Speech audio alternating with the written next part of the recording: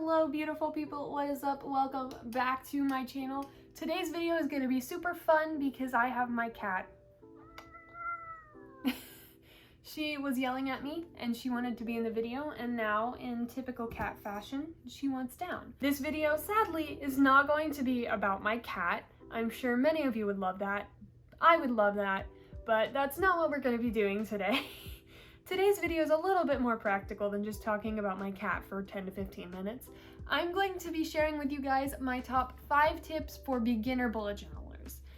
Bullet journaling can be really stressful, especially when you start out. It's a lot to process and take in, especially when you see all these people on the internet that are like absolute pros that have been doing it since forever and ever, amen. They know what they're doing. They got their stuff down, and you're sitting here like, where do I start? And that's why I'm here, to help you, to guide you on your merry way into bullet journaldom. My very first tip for you guys is going to be somewhere you should actually start, and that's doing research on the journals themselves. Now, when you are considering what kind of journal you want to get for your first bullet journal, or even later on in life and you're just considering getting a new journal, the 3 things that I have for you to consider are page thickness, journal size, and grid spacing. If you take these things into account, if you go into journal shopping with an idea of what you want, it'll be much easier to find a journal that suits you, that you enjoy using. If the journal does not work for you, you will not work for the journal. For example, if you are someone like me who loves doing watercolor in your journal, you're not going to want a journal with super duper thin pages. It won't work out. It'll be really annoying. You'll have to glue pages together or figure something else out, and it's just a lot of hassle that makes journaling not nearly as fun. So you would want to consider getting a journal with thicker pages, like the Scribwells are a really great option for beginners. They're super cheap. They've got a lot of pages, so they'll last you at least a year probably, depending on how many spreads you put in a month, I suppose. And they're really nice quality overall. I really like the Scribwells for beginners, and they're thick enough to do painting on with watercolor or with acrylic. I don't use oil paint, so I can't speak for that. But if you do a lot of colored pencil art, something with thinner pages might work for you. So it just kind of depends on what medium you want to use. You're going to want to research what page thickness is going to work best for that. And then journal size is fairly obvious. How big do you want your journal to be? If you like to do smaller art and you don't want a lot of blank space, then don't get a big journal. And if you like a lot of room, if you want to use it especially for planning, a bigger journal might work for you. So you just want to have in mind what kind of size journal you want. A lot of different sites have their own sizing, so just look into that. The last one, grid spacing, is how far apart the dots are. And that again is just going to depend on what you want to use it for. If you want to mostly use your journal for planning, having a bigger grid spacing might work for you. If you like doing a lot of more artistic things, maybe having a smaller one. Just kind of figure out what an idea of what you want it to be is. Have your ideal journal in mind, and then do everything you can to find that journal at a cost that suits you. There are tons of bullet journal companies out there and tons of options, and I will link a couple of my favorites down in the description. The second tip that I have for you guys is pick themes that are going to be easy for you to stick with.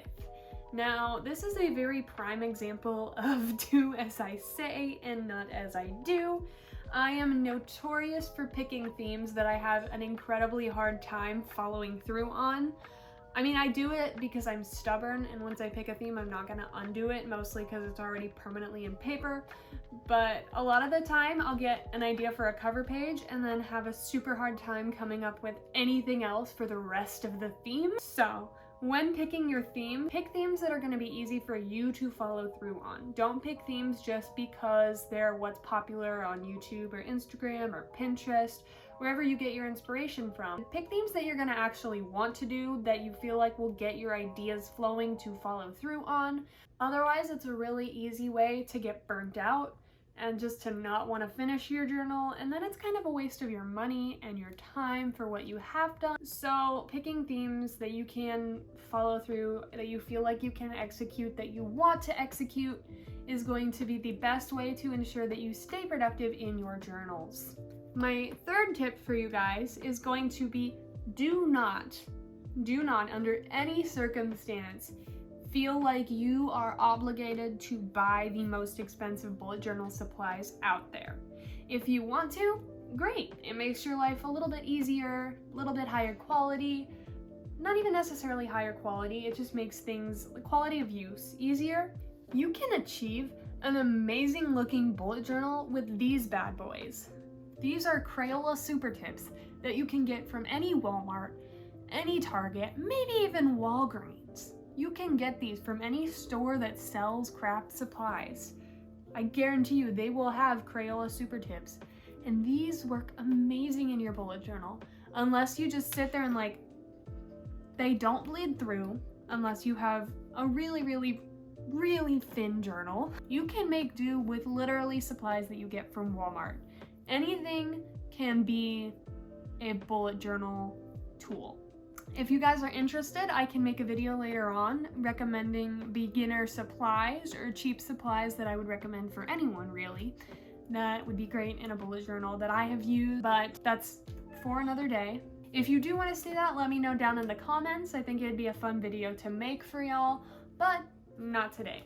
The point is, don't sit there and feel like you have to get the most expensive supplies before you can begin journaling, because you can do it with stuff you probably have lying around. Don't let supplies be the reason that you aren't starting a journal.